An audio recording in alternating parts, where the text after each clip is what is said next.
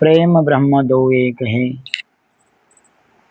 परमात्मा को चाहे प्रेम कहें, चाहे ब्रह्म कहें, चाहे परमात्मा कहें, अत्यंत प्रीति के साथ उनको परमात्मा कहें, प्रियतम कहें, प्राणाधार कहें, श्री कृष्ण कहें, एक ही बात है। क्योंकि ये सारे नाम उस परम तत्व, शब्दातीत तत्व के शाब्दिक संबोधन हैं। और परमात्मा ने सद्गुरु स्वरूप होकर के जिस प्रकार से आज्ञा की है, हमें उसी प्रकार से जीने की इच्छा रखते हुए प्रार्थना करनी चाहिए। हे सद्गुरुदेव, हमें वैसा जीवन मिले जिस जीवन में केवल आप लक्ष्य हो। हमारा जीवन कर्म तो हो, लेकिन उस कर्म के लक्ष्य में आप हों, कर्म में आपकी आज्ञा हो।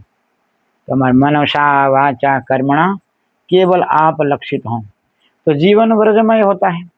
ब्रजमय जीवन ही परमात्मा पाने के लिए सर्वोपरि और एकमात्र साधन है, जो सदगुरु जी ने आज्ञा की है। प्रेम सेवा वाले प्रगट की भी ब्रजतणी आवार, एक ही मार्ग प्रकट किया है जो ब्रह्मात्माओं के लिए है। और जो ब्रह्मात्माओं के लिए प्रकट किया है वही मार्ग प्रेम को पाने के लिए एकमात्र आधार है। जो ब्रह्मात्माओं के मार्ग में चलने की इच्छा रखें, उनके लिए एकमात्र उपाय है जो सद्गुरु जी ने आज्ञा की है।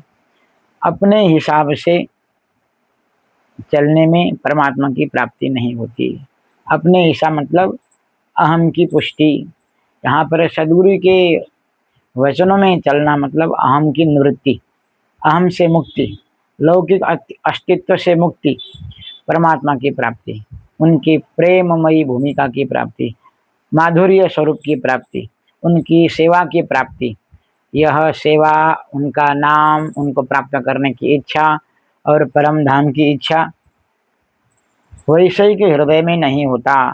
जिनके हृदय में माया को पाने की शब्द, स्पर्श, रूप, रस, गंध, काम, क्रोध, लोभ, मोह के प्रति उत्साह है, उस हृदय में परमात्मा को पाने की इच्छा नहीं होती। यदि कृपा से उस हृदय में परमात्मा को पाने की इच्छा हो गई तो ये सारे विलीन हो जाते हैं।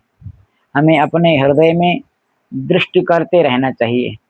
मेरा हृदय किस ओर आकर्षित है, विषयों की ओर आकर्षित है तो सावधान रहना चाहिए। उस हृदय में परमात्मा को पाने की इच्छा तो नाम मात्र परमात्मा नहीं, परमात्मा तत्व है। तत्व का झनकार, तत्व के प्रति आकर्षण हो तो समाधि की ओर गति होती है। उस हृदय में परमात्मा दृष्टिगत होने लगते हैं, उनकी लीलाएं आने लगती हैं। जिस प्रकार से संकेत किया है तारतम सागर ने, उसी प्रकार के लक्षण आने लगते हैं, दिखने लगते हैं। नहीं तो अस्त व्यस्त हृदय, किंग कर्तव्य विमूढ़ हृदय, विषयों के आवेश से लाचारित हृदय में परम धाम की इच्छा नहीं हो सकती।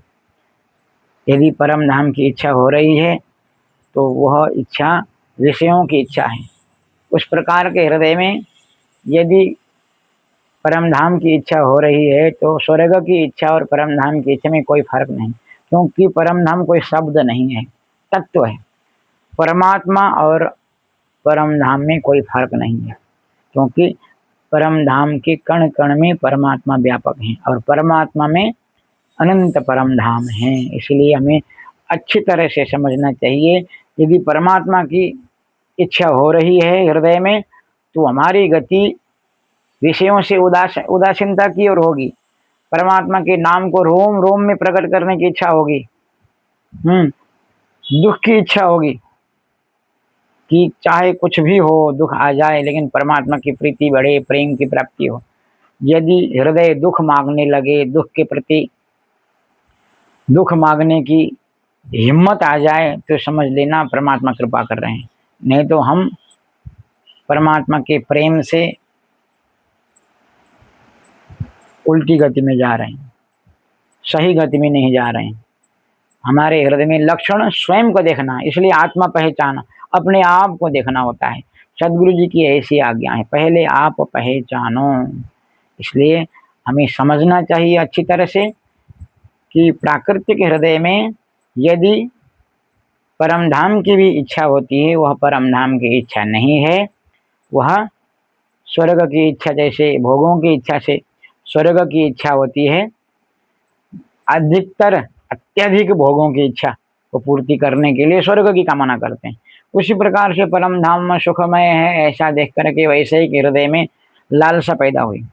लेकिन परम धाम को पाने के लिए प्रेममय होना जरूरी है। जो संभव है उनकी कृपा के द्वारा हम वैसे उसी प्रकार से जीना चाहें, उसी प्रकार से जीने की इच्छा हो, उसी प्रकार से जीने की व्याकुलता हो तो और प्रार्थना हो तो सदगुरु जी अवश्य कृपा करते हैं।